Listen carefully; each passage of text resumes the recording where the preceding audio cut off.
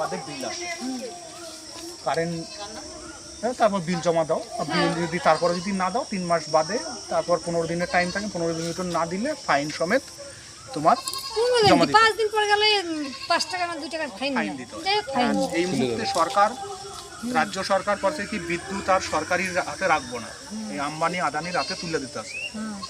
আম্বানি আদানিরা এরা তো ব্যবসা করবো, এরা কথা আছে কি এই প্রিপেড মিটার, এই যে মিটার আছে পোস্টপেড মিটার, এই মিটার আর রাখবো না। এরা প্রিপেড মিটার মোবাইলের মতো করে, মোবাইলে যেমন আগে রিচার্জ করো তারপর ব্যবহার করো, সেই মিটার নিয়ে ইয়ে করতে ঘরে ঘরে তোমার জোর করেই প্রায় একরকম লাগাই দিয়ে দিতে আছে। ওই মিটারে 2 রকমের অসুবিধা। একটা হচ্ছে তোমার মিটারটা যখন তুমি কারেন্ট তুমি প্রথমে রিচার্জ করো, রিচার্জ করার পর তোমার ব্যালেন্স যখনই শেষ হয়ে যাবে তোমার আর কিছু করতে হবে না, ওর নিজে থেকেই কারেন্ট চলে যাবো, তাতে তোমার রাত দুপুরবেলা যখনই হোক কারেন্ট চলে যাবো। তারপর তোমার ফাইন দিয়া তোমার আবার রিচার্জ করতে হইব, রিচার্জ করার পর কারেন্টটা আবার আসবে। এইটার হচ্ছে একরকম।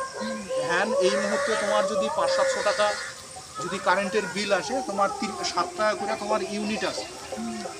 500 টাকা কত বিল আসে? কত? 500 টাকা আছে, 700 টাকা আছে, 700 টাকা। 700 টাকা যদি তুমি 700 টাকা যদি হয় তাহলে তোমার 7 টাকা করে যদি ইউনিট হয়, 100 ইউনিট তুমি পোড়াও, 100 ইউনিটে তোমার 700 টাকা নেয় সরকার। এই তোমার বিদ্যুতের নতুন যে প্রিপেড মিটার আসতেছে এতে 4 রকমের স্ল্যাব, মিনিমাম ওই 7 টাকাই থাকবো, ওর নিচে আর নামবো না। সকালে একরকম, দুপুরে একরকম, বিকেলে একরকম, আবার রাতে একরকম। যেরকম লোড থাকবো কারেন্টের সেই রকমভাবে তোমার ইউনিট পিছু দর। যেই সময় তোমার বিশেষ করে সন্ধ্যের সময় এই সবাই ফ্যান লাইট সবাই জ্বালায়, ওই সময়টা লোডটা বেশি, ওই সময়টা 7 টাকা নয় 50, 100, 150, 200 টাকাও ইউনিট উঠতে যাবে। ফলে তোমার যদি 500 টাকা রিচার্জ করা থাকে, ওই তুমি তো ভাবছো যে মাস শেষে আবার ওই টাকাটা হয়তো 1 দিন 2 দিনের ভেতরেই তোমার শেষ, তাহলে বাকি মাসটা তুমি চালাইবা কি করে? তোমার পক্ষে তো সম্ভব নয়। তাহলে তোমার হেরিকেনের আলোতে ফেরতে হইব, পারবা নাকি এখনকার সময়ে হেরিকেনের আলোতে?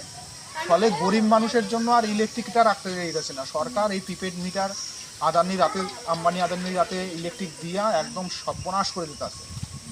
ঠিক আছে, আমরা এবার সিআইটির পক্ষ থেকে আমরা বেরিয়েছি যে এই প্রিপেড মিটার আমাকে দরকার নাই, আমাকে পুরোনো মিটারে আমরা ঠিক মতো করে ব্যবহার করতেছি, ওতে আমার কারো ইলেকট্রিকের বিল বাকিও নাই।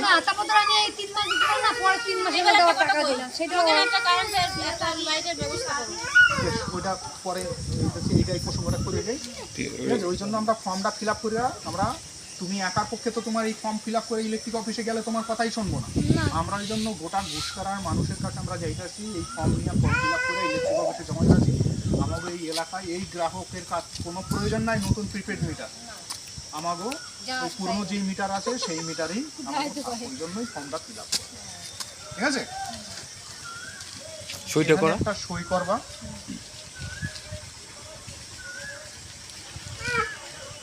আর এই যে কি পৌরসভাতে কি করতে হবে ফুলের লাইটের জন্য?